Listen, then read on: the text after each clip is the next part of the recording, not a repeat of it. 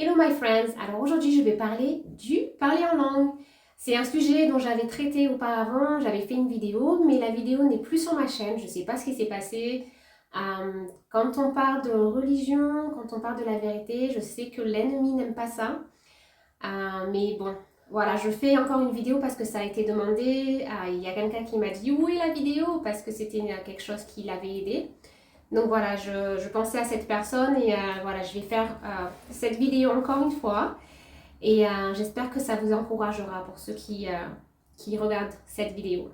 Pour ceux qui ne me connaissent pas, je suis Anne-Laure de Jésus et toi et sur cette chaîne, je partage des versets bibliques, des études bibliques pour inspirer et vous aider à vous rapprocher de Jésus. Dans Matthieu chapitre 28, verset 19, Jésus a dit « Allez donc, faites de toutes nations des disciples ».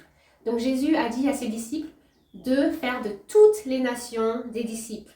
Mais là, il y a un problème, car les disciples parlaient maximum 2 langues entre eux. Ils ne parlaient pas plus de 2 langues.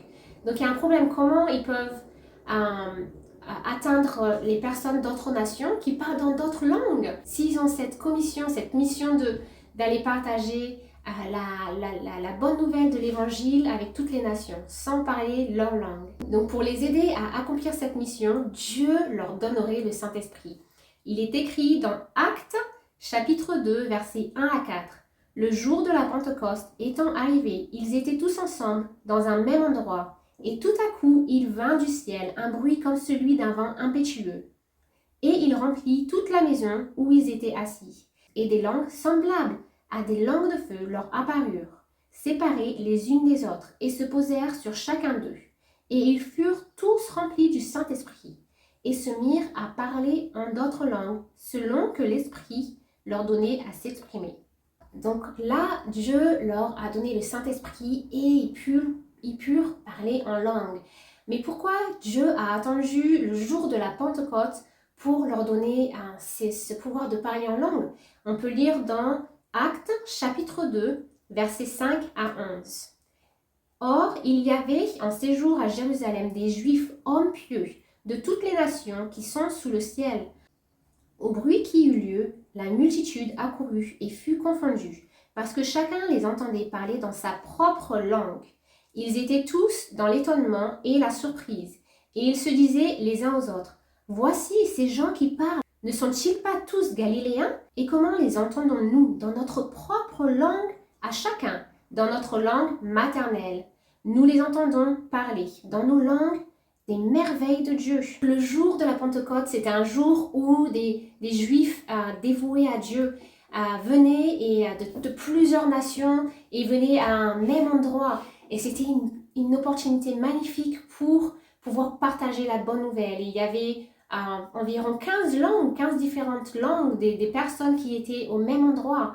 Donc c'était vraiment un moment spécial et une bonne opportunité. Et d'ailleurs, en un jour, il y avait plus de 1000 personnes qui sont venues à Dieu et qui ont été baptisées.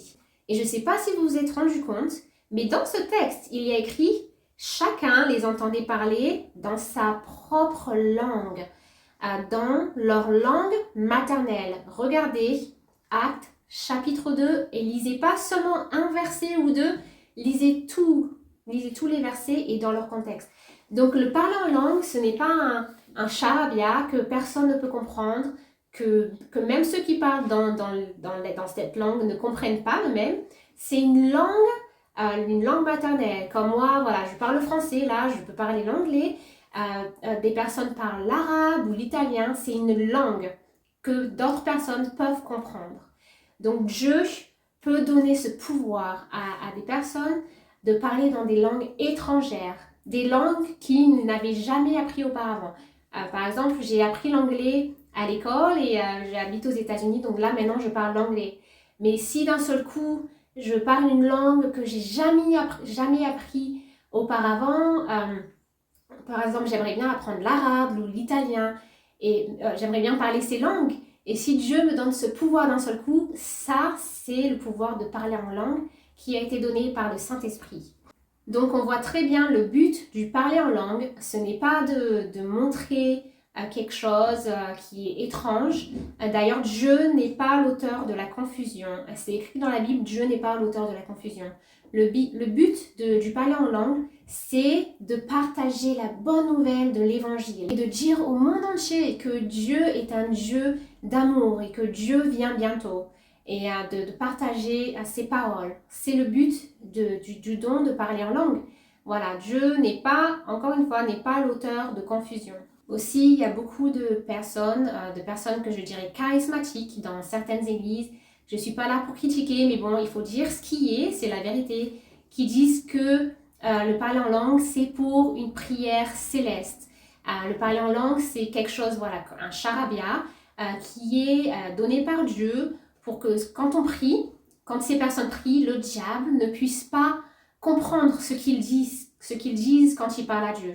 Parce qu'ils disent qu'il ne faut pas que le diable entende les prières, sinon il va savoir ce qu'on va prier. Au contraire, déjà, c'est pas biblique, il n'y a pas ces enseignements dans la Bible, c'est pas biblique. Et au contraire, le diable a peur de la prière. Au contraire, quand on prie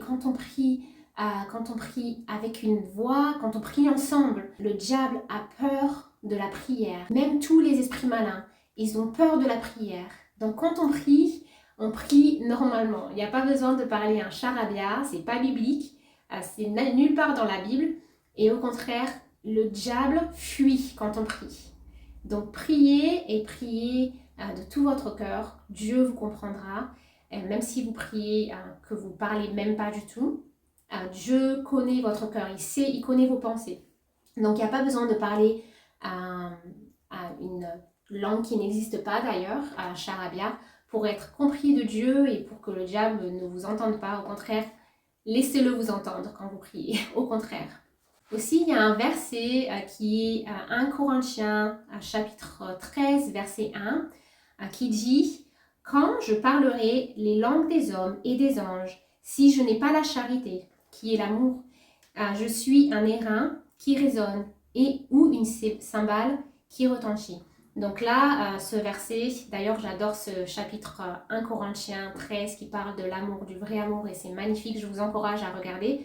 Mais ce verset parle de Paul en fait qui disait que s'il parle les langues des hommes et des anges mais qu'il n'a pas l'amour, en fait c'est en vain.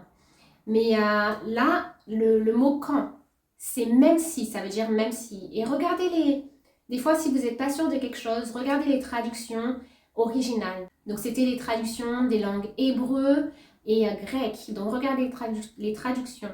Le mot quand veut dire même si. Donc là Paul disait même si je parle la langue de tous les hommes et la langue des anges, mais que j'ai pas l'amour, c'est tout en vain.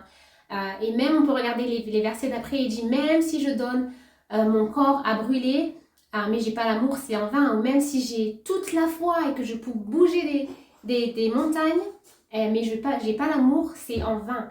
Donc là, Paul, c'est comme s'il faisait une exagération. C'est même si je parle la langue des anges. Il n'a pas dit qu'il parle la langue des anges. D'ailleurs, nulle part dans la Bible, on peut voir que certains hommes parlent la langue des anges.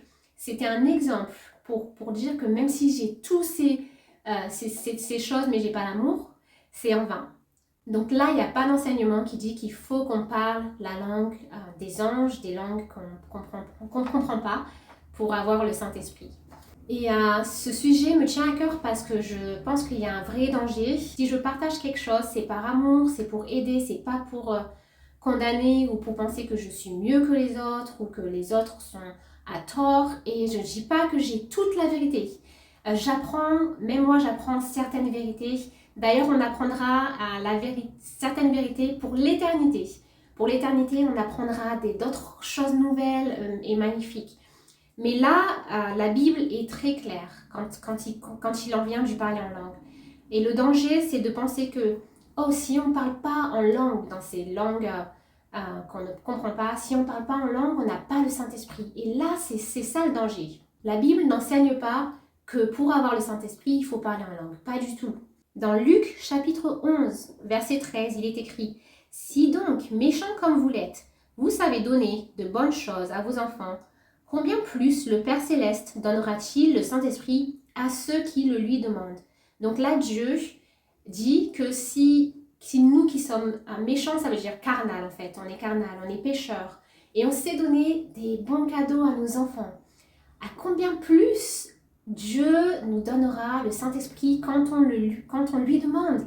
Il nous dit qu'il faut juste lui demander. Et il nous donnera le Saint-Esprit. Chacun a le pouvoir d'aller à Dieu et de lui demander le Saint-Esprit et il le donnera. Et nulle part dans la Bible, il y a écrit qu'un signe d'avoir le Saint-Esprit, c'est de parler en langue.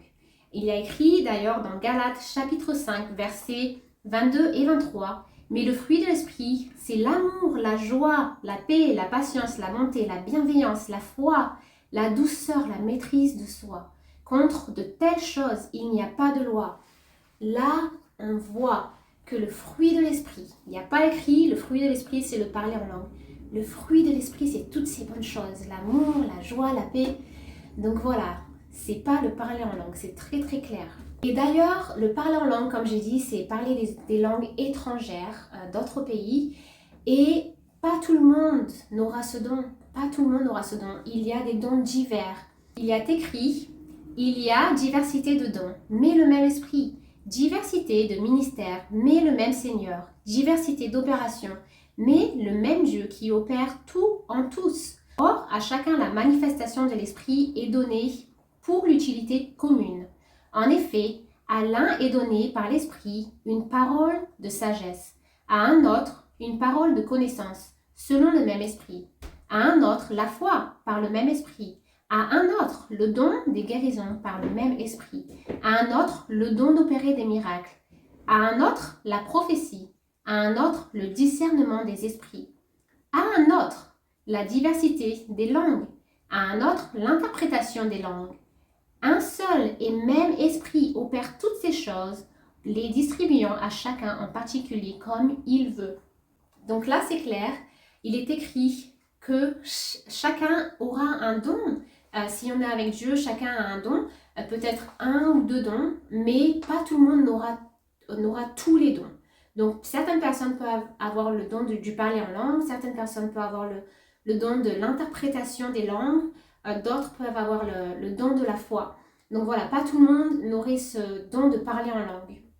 Et d'ailleurs, le but de Dieu quand il nous dit ça, c'est que quand chacun a un don, a une qualité, c'est pour l'édification de l'Église.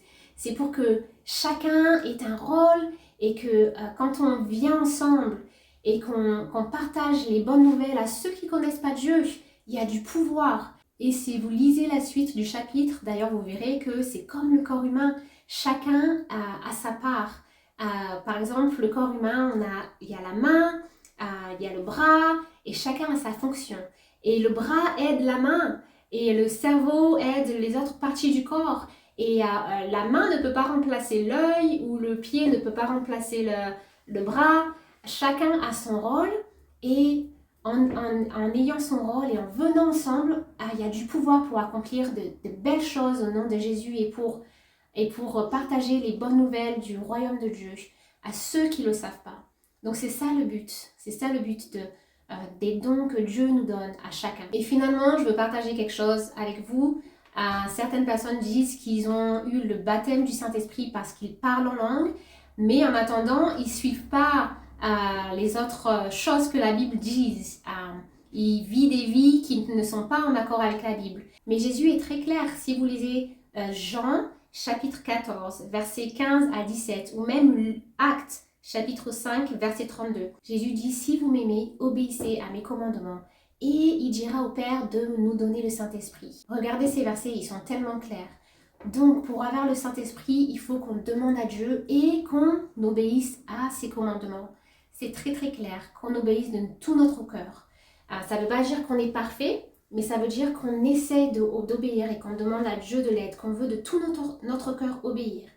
Et Dieu nous aidera d'ailleurs. Si on veut lui obéir, Dieu nous aidera. Donc voilà, ça c'est les clés pour avoir le Saint-Esprit. Donc j'espère vraiment que cette vidéo pourra aider les personnes qui ont été confuses concernant le parler en langue, car on vit dans les derniers jours, il y a beaucoup de confusion et il y aura de plus en plus de faux prophètes. La Bible nous a dit, nous a averti, il y aura de plus en plus de faux prophètes. Il y aura de vrais prophètes, mais il y aura de plus en plus de faux prophètes. Et la Bible nous dit, s'ils ne parlent pas en accord avec la parole, avec la Bible, il n'y a pas de lumière en eux. Donc efforçons-nous d'étudier la Bible, de connaître la vérité. Comme ça, on ne sera pas trompé. D'ailleurs, quand Jésus était dans le désert et que le diable était venu à lui et lui dit de transformer les pierres en pain ou de se jeter du temple ou qu'il a tenté, à chaque fois Jésus a dit « il est écrit, il est écrit, il est écrit ». Jésus a combattu le diable avec la parole. Donc, il nous faut la parole. Dans ces derniers jours, efforçons-nous de connaître la parole et de nous rappeler, de prier. Dieu nous aidera à nous rappeler, parce que je sais, même moi, des fois, je ne me souviens pas de certaines choses, mais Dieu me rappelle des choses, par son Saint-Esprit d'ailleurs. Donc voilà, j'espère que ça vous aidera et je vous dis à bientôt. Bye!